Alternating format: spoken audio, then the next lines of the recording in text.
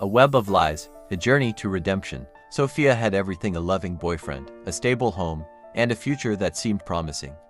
But beneath the surface, she carried a secret so dark it threatened to consume her. Whenever her boyfriend, Daniel, left for work, she found herself drawn back into the arms of someone she had never truly let go of: her ex-husband, Mac. At first, it was a mistake, a moment of weakness.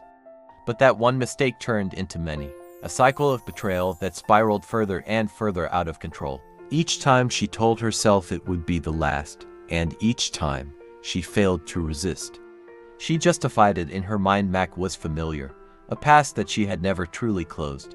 Yet, she knew she was playing with fire, and it was only a matter of time before the flames consumed her. Then, the truth came out. One evening, Daniel returned home earlier than expected. Sophia had barely enough time to untangle herself from the web of lies she had woven, but there it was, the harsh reality laid bare before them all. Daniel had suspected something for months, but now, with undeniable proof before him, there was no turning back. The confrontation was brutal. Daniel was not just heartbroken, he was shattered.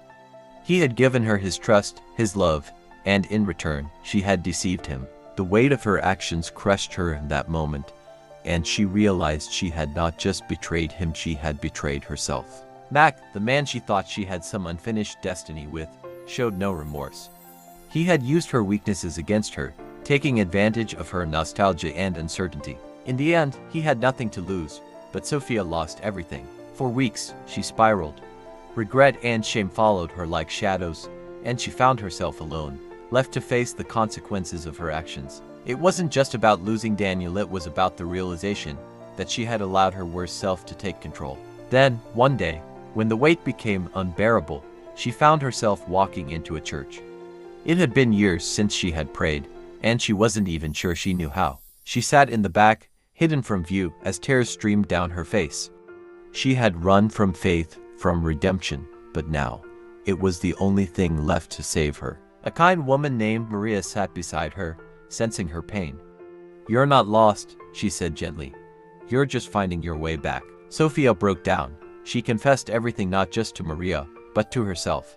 And for the first time, she saw a path forward, not one built on lies and deception, but one built on truth, accountability, and faith. She sought forgiveness, not just from Daniel, but from God, and most importantly, from herself.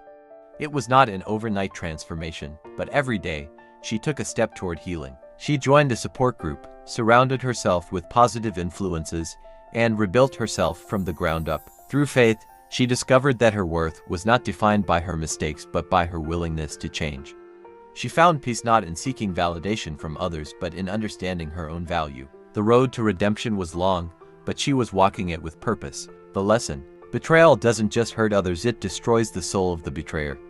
But no matter how lost you may feel, there is always a way back. The path to redemption begins with truth, accountability, and faith. Let go of what keeps you trapped in cycles of pain and step into the light. Forgive yourself, seek God, and manifest a future built on honesty, love, and grace. If we confess our sins, He is faithful and just to forgive us and to cleanse us from all unrighteousness.